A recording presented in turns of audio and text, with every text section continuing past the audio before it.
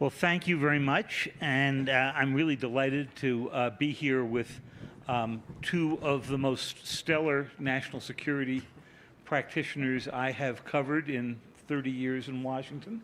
I probably, at various moments, I'll just do a general apology. I'm sure I've written a few things here and there. I've got the odd phone call, you know. Always harder from Condi because it was always more in sadness than in anger. I just wanted her to yell at me, you know. No, the worst thing you could hear from the press secretary is, Sanger just called and he says, "Is it true that?" But it's so much easier when you're out of office, yeah. Right? I thought what I'd try to do is focus our conversation a bit to try to sum up much of what we have been hearing here over the past 2 days about some of the biggest challenges that we're facing, and try to just see if we can ask Secretary Gates and Secretary Rice to put this in some historic context for us, both longer run of U.S. history, but also just their time and experience in government. So, Secretary Rice, let me start with you. You've been writing and thinking a lot about the analogies to this era. You're not a fan of the Cold War analogies. I say as somebody who just put New Cold Wars in a title. But you have interesting thoughts about why the interwar period between World War I and World War II might have some lessons for us. So let's start off there. Sure. Well, despite my advancing age, I was actually not around in the period that I think is most like now, which is the interwar period. There's no perfect analogy, and we all love to analogize because I think there's a level of comfort when things are really chaotic. Have we been there before? And one of the reasons I think people are attracted to the Cold War is, in effect, we won it. And so it's a kind of analogy that appeals. But I would say that there are a couple of things about the pre-war period that are really troubling for me. One element is that we are seeing territorial conflict between the great powers again. Where with China over the South China Sea, the East China Sea, the Philippines, Vietnam, and of course Taiwan. And that brings our forces into very close proximity with one another. When we think about the Cold War, we and the Soviets, later on the Russians, learned how to avoid war. And we even had formalized agreements to do it. We really don't have that with China. With Russia, of course, Vladimir Putin's invasion of Ukraine challenges Article 5 of the NATO treaty in ways that we have not seen. Again, territorial conquest. And so that's the first element. A second element is the kind of weakness of the international order. And I'll speak to the one that I think is, in fact, most important, which is on the economic side. The kind of vision of one great, big, integrated international economy is starting to fail. You're seeing decoupling.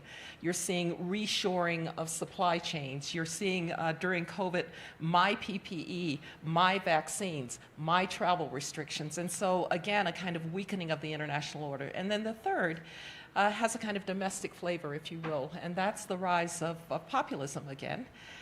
People who felt that they were left out by globalization and are now finding their voice in people who say, yes, you were wronged by those elites.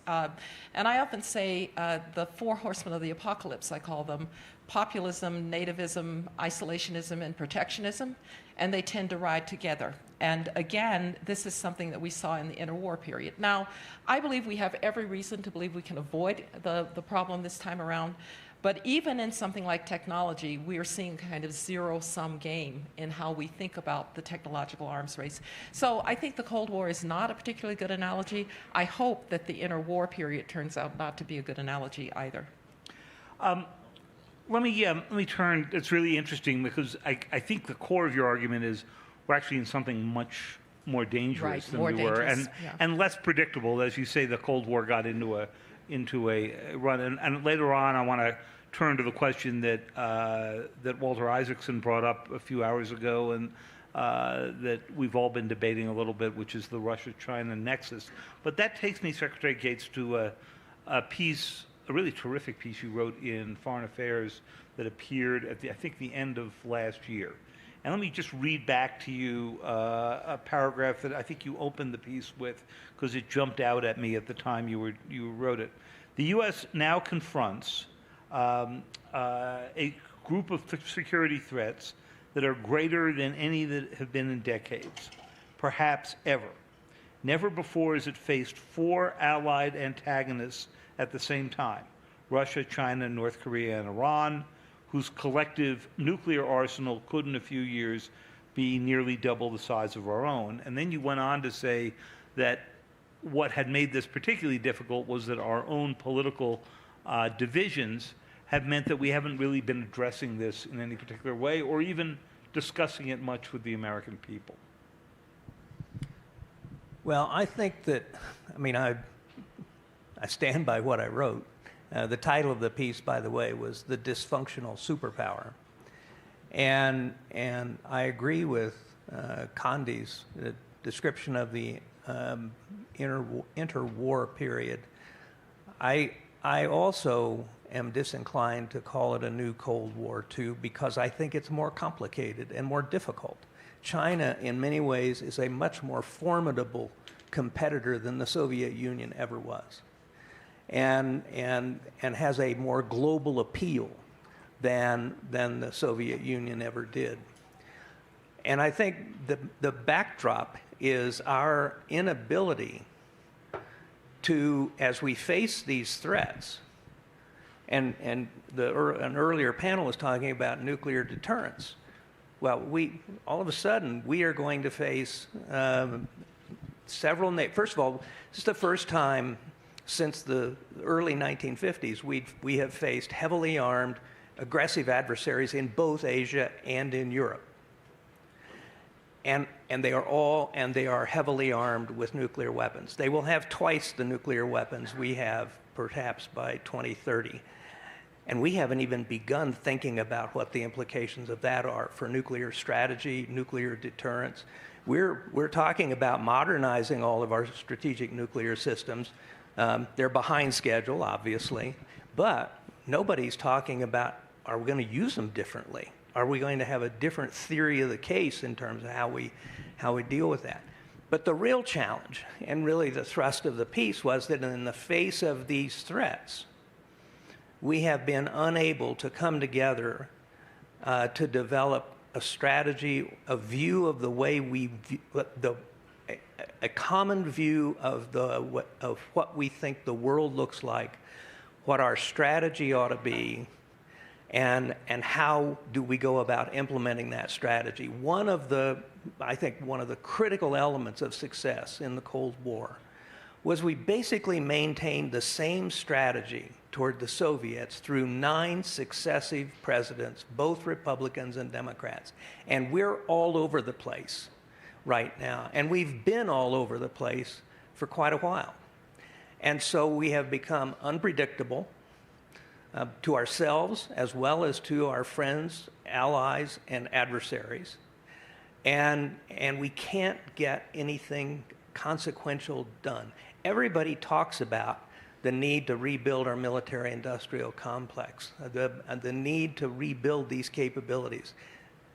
But members of the Congress who out of one side of their mouth talk about that, then talk about budget restrictions and the fact that the defense budget will probably stay flat.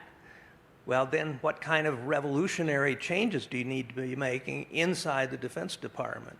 But more importantly, one of the ways that we were successful in the Cold War was that despite it taking place against the backdrop of the biggest arms race in the history of the world, we actually never did go to war with the Russians. And so the competition ended up being a competition of non-military instruments of power: diplomacy, economics, technology, strategic communications, ideology, and so on. And we are doing nothing in those arenas. The budgets of those agencies in our country have been cut back. But what's more, there's really not much interest. And people, they're not being made a part of whatever national strategy we have. It's all the talk is about the military.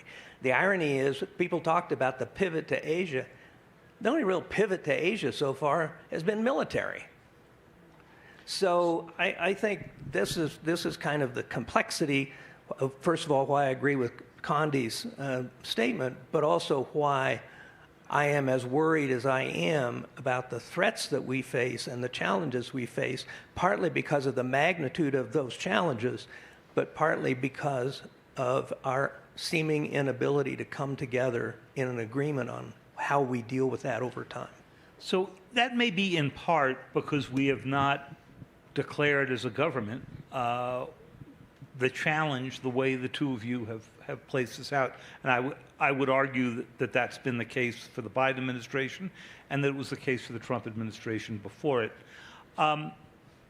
Last week, in an effort to try to at least get clarity on whether or not the government was trying to do something on this, at the press conference that the president held, I asked him whether there was a strategy for the United States to get in between the relationship between Russia and China, much as Nixon and Kissinger attempted to do with the opening to China. And we got a little bit of a wind-up of an answer, but when I finally pulled him back to it, he said, yes, we do have a strategy, and I'm not prepared to talk to you about it, which I guess I could understand, at least for the covert part of it, but you would think much of what you just described from the Cold War were quite public, open economic and communications elements. If you were advising the next president about what the elements of a strategy would be to get in the way of the Russia-China relationship and thus the North Korea-Iran one that is supporting it, what elements would you think would be the most important? What would that look like? Well, the first thing I would say is don't underestimate them, but don't overestimate them either. Harmonizing their interests is not very easy. It cannot be warming the hearts of an incredibly ethnocentric, xenophobic Kremlin to see China taking the Silk Road in Central Asia again. It cannot warm the hearts of the Russians to think that the Indians are going to be pulled away because, of course, China is their real problem. And on and on and on. And so don't overestimate them either. Now, the other thing is, of course, they don't have a strategy meeting every Monday and say, what are we going to do here?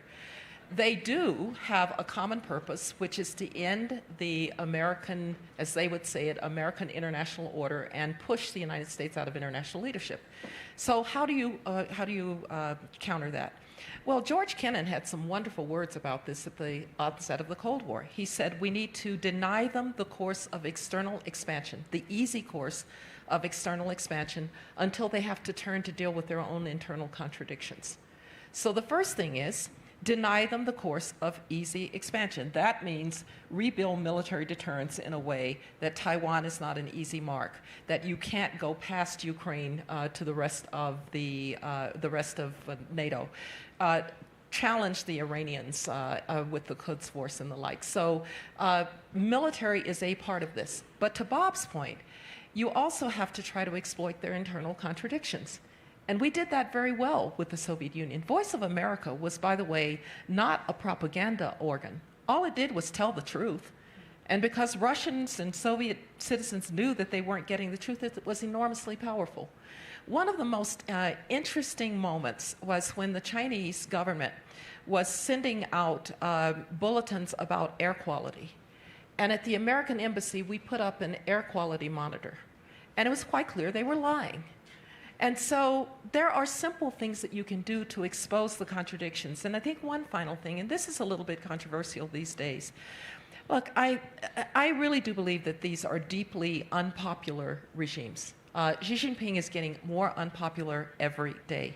When you have to use Women's Day to browbeat women into the idea that they ought to have more babies because China is, because that's the patriotic thing to do, or when you're Vladimir Putin and you're sending your youth to camps in North Korea, really? Or you're the Iranians and you're now putting up some, quote, moderate because you're really afraid that your own people might revolt. These are inherently weak regimes. And so using our instruments of strategic communications, but again, keeping open to these populations. I'm a university professor. I want to see as many Chinese students in my classes as possible. I even want to stay open to Russian students if I can do it.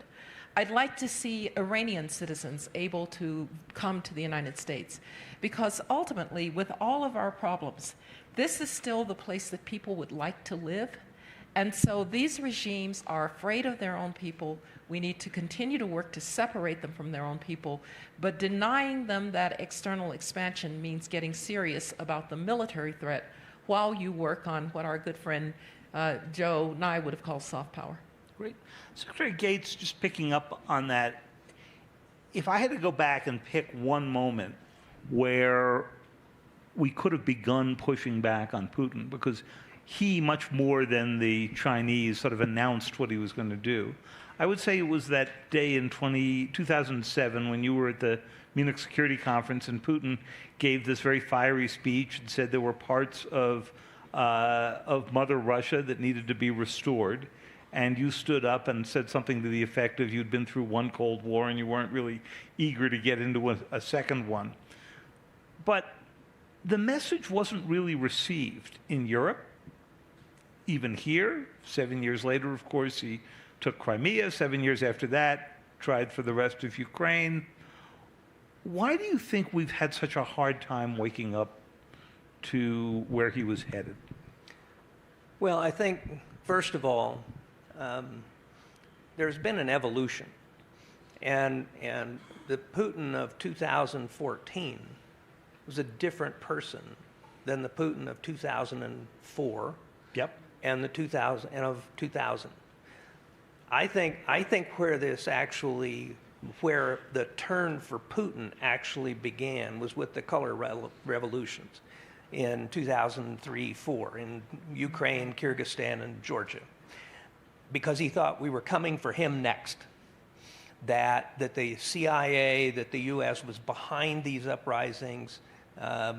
And that's when he started putting limits on NGOs operating in Russia, and the National Endowment for Democracy, killing journalists, and starting killing journalists and opposition people and so on.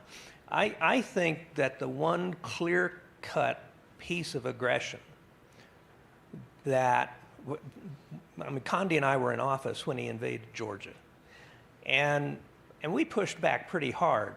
But there were limits to what we could do just because of the strategic location.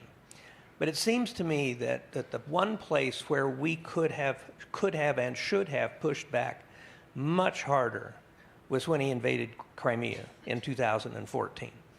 Because we had actually been signatories to an agreement in 1994 guaranteeing the territorial integrity of Ukraine, along with the UK and Russia, if they'd only give up their 1,800 nuclear weapons. And they did. And so we had a pledge from 1994. And in 2014, we would not have reacted militarily, but there were a lot of things. We could have done sanctions and a variety of other measures then to show this was unacceptable behavior. And he basically got away with it.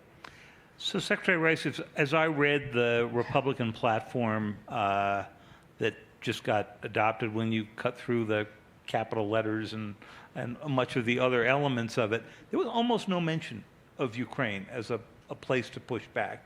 And if Secretary Gates believes that we should have done more at the time of Crimea, it then raises the question, would we end up doing less with the current party that both of you were members of? You may not recognize all elements of it. One of the earlier panels here today noted that China appeared repeatedly in J.D. Vance's speech last night, and Ukraine not at all. So has the Republican Party abandoned what George W. Bush laid out in the second inaugural address at this point? Do you think this is just temporary? Or is this something? I think we're in a different place as a country. Mm-hmm. And I think that those of us who had a particular view, let me call it a Reagan-like view of America's role in the world, I still think it's the best thing. Do I think it's sustainable? No.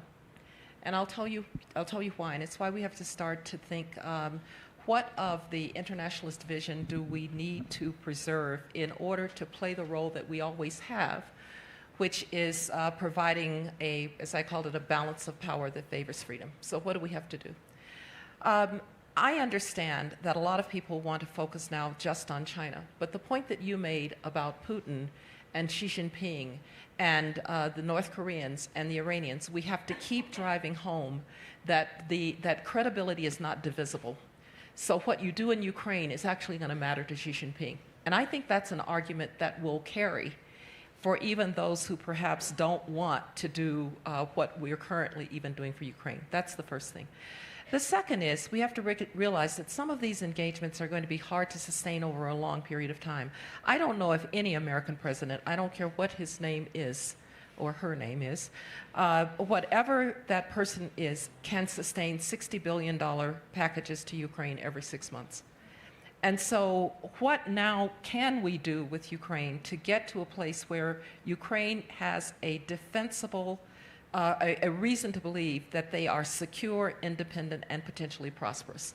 What does that look like? And for a lot of reasons, we've been unwilling to talk about that. We really can't until the Ukrainians are ready to talk about that. But what does that mean for territory? At some point, this war, which Vladimir Putin stabilized himself, he threw mass at it. Bob made this point all the time. 500,000 Russians have died in this war. And he's willing to sacrifice 500,000 more if he has to. Ukraine can't do that. And so what is the intermediate game here that gets Ukraine to secure? That is going to be the hard discussion about what is America's willingness to give security guarantees. And there I am concerned about some of the elements in the party. Mm-hmm. And I think there you're going to have to make the case that you can't just say we're going to stop China and not do something about Ukraine. I want to make one other brief point. The panel you just had, those of us who were internationalists and believed in globalization and the integration of China and let's let capital flow freely and let's let jobs go to the places where it's most efficient, that was a great macro idea, but it had horrible micro effects.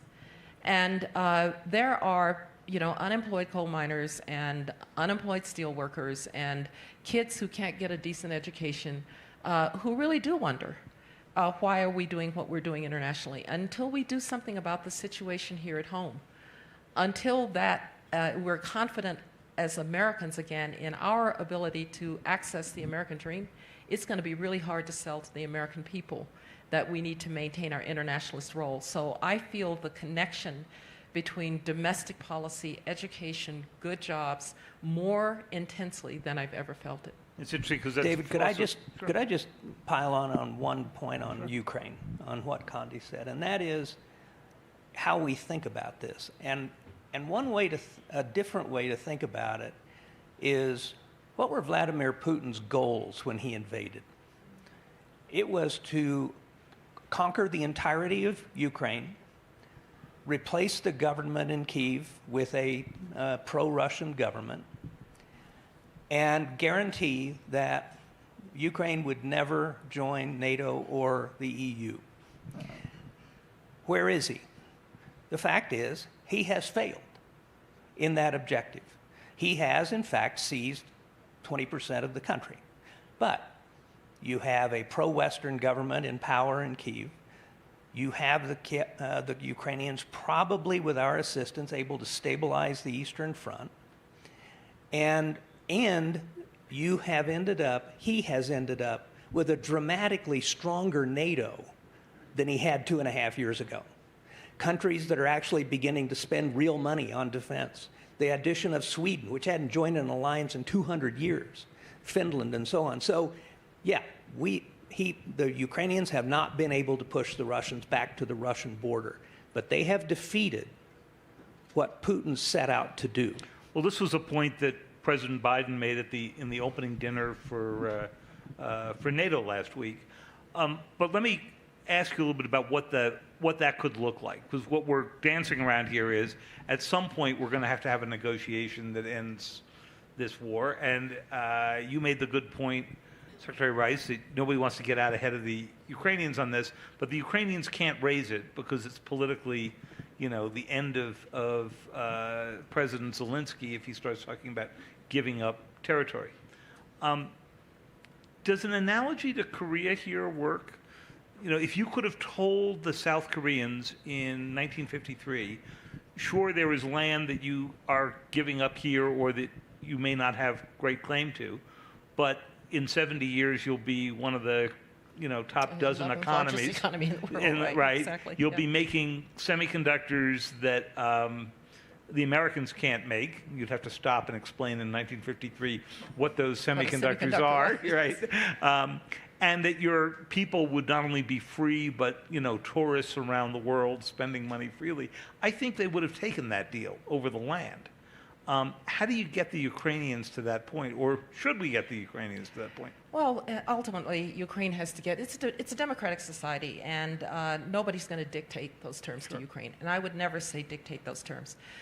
But I would say that we can start talking about the narrative that Bob just outlined. And I would add something that recently he mentioned to me. When the Moskva went down as the flagship of the Black Sea Fleet, something big had happened, and the Russians cannot successfully, completely blockade the Black Sea, which Russian czars used to call a Russian lake. That's a pretty big deal. And so we just need to start to talk about Putin's aims and what has failed and what Ukraine's future could look like, and start to make that future possible. I think, for instance, if you start to think about the rebuilding of Kyiv, of Kharkiv, of Lviv, you're talking about the center of a new Ukrainian economy that will be based on knowledge-based economy. That's where a lot of coders and software engineers are. They're still working. We know companies that still have Ukrainian software engineers that even in conditions of war are delivering.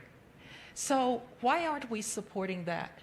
Let's support the Ukrainian defense industry, which really is showing signs of being able to do things to sustain itself over time and not just being dependent on the packages. We need to start talking about what those American security guarantees are going to look like. Because if you add Germany, the FRG, to your analogy, they didn't have territorial integrity for 45 years. But both the FRG and South Korea had something, they had an American security guarantee. And so understanding how this package looks for the future, we can start talking about those elements. We can start trying to deliver on those elements. And maybe that then starts to get Ukraine to a point that you begin to wonder at what price and at what cost do you wish to not continue this war, but with what aims? And that's the way that I think I would put it. With what aims now? What are your aims now in this war? I am acutely aware of the fact that we are the last thing between this group and the cocktail hour, which is a dangerous thing. Which is probably a good thing, given what we've had to say. Yeah, Exactly. right.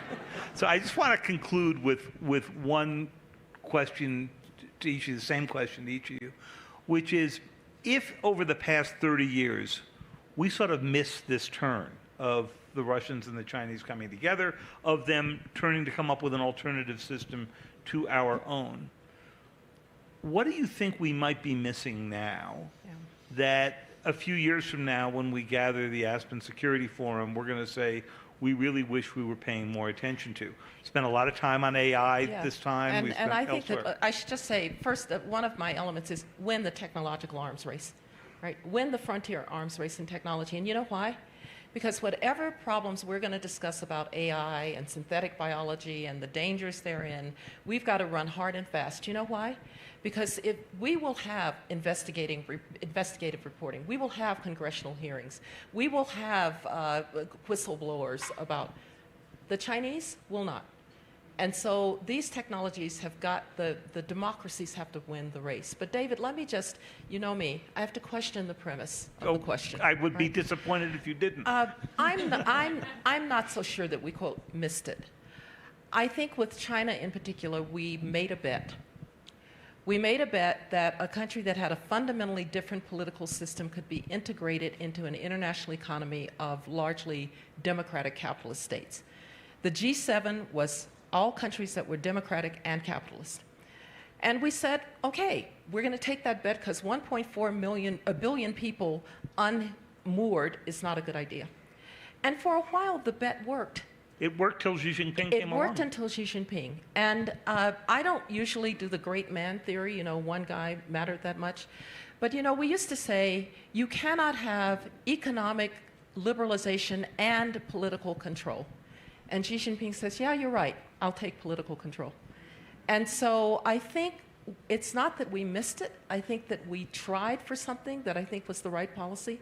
And in the final analysis, it hasn't worked. We took a bad line. And you could say the same about Russia. And you could say the same about Russia. Bob? I would say that actually it was a good bet, because what happened in 2013, our bet was that a richer China would be a freer China.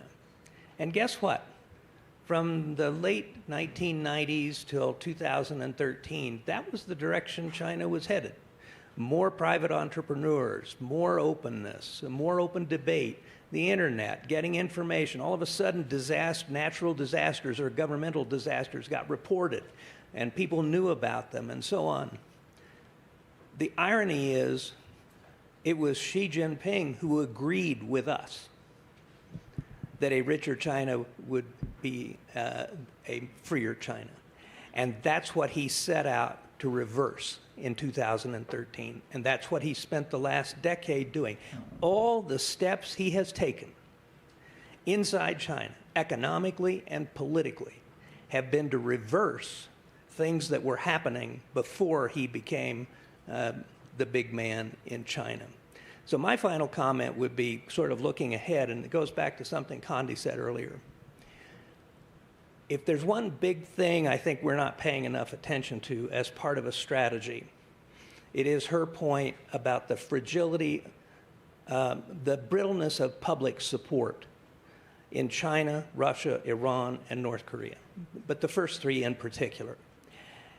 And we have, and maybe I've got my old CIA hat on here, we have neglected the kind of strategic communications programs we had all through the Cold War, directed at the East Europeans and the Russians about what was really going on in their societies. And as Condi said, even in our covert programs, the benefit we had was all we did was tell the truth. And they knew it was the truth because they witnessed it every day. We're not doing things like that in these three countries in particular, Russia, China, and Iran. And they accuse us of doing it all the time. So if they're going to accuse us of doing it anyway, why not? And I think part of our strategy is getting under the skin of these guys and also getting the word to their people about what's really going on in their countries, because we will end up confirming what most of them already know. And I think that's a big arrow in our quiver going forward. They're trying to do it here. So I'm not getting the argument why we shouldn't be pressing back. Well, you have reminded me why covering you two was such a fascinating intellectual exercise, as well as a daunting one. And you've reminded all of us here about how to go up 30,000 feet from what we've been discussing each along the day here for the past 2 days, and I think prepared us really well to hear from Secretary Blinken and Jake Sullivan tomorrow about what they've learned in the past 3 years of dealing with all of this. So I thank you both, and I thank all of you for the evening.